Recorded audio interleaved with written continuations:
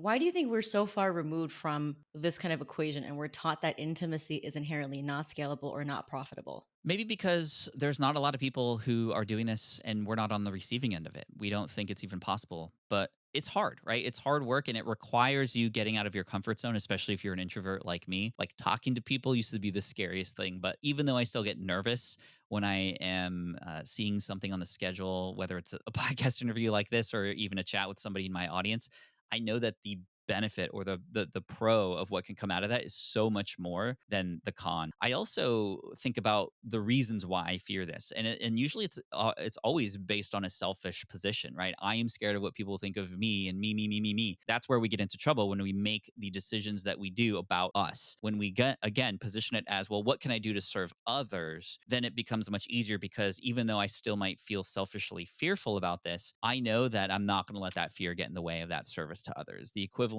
might be like if you were on a boat and you had a life ring and you had that life ring was the equivalent to your knowledge or your skills, your coaching, whatever it is that you can do.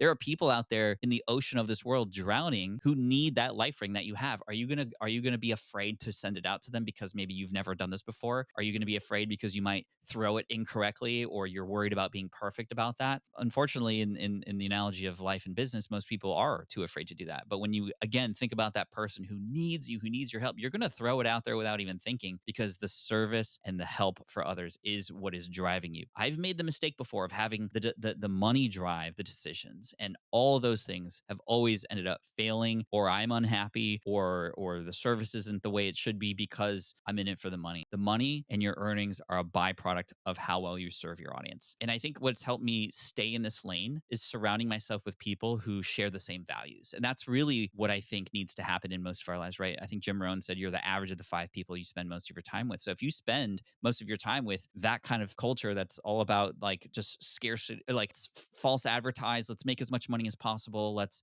scale, grow big and get on yachts and mansions. And like, if that's you, fine. But if that's not you, then don't surround yourself with those kinds of people. Don't even follow those people, right? That's not the life you want to live. So why would you consume that?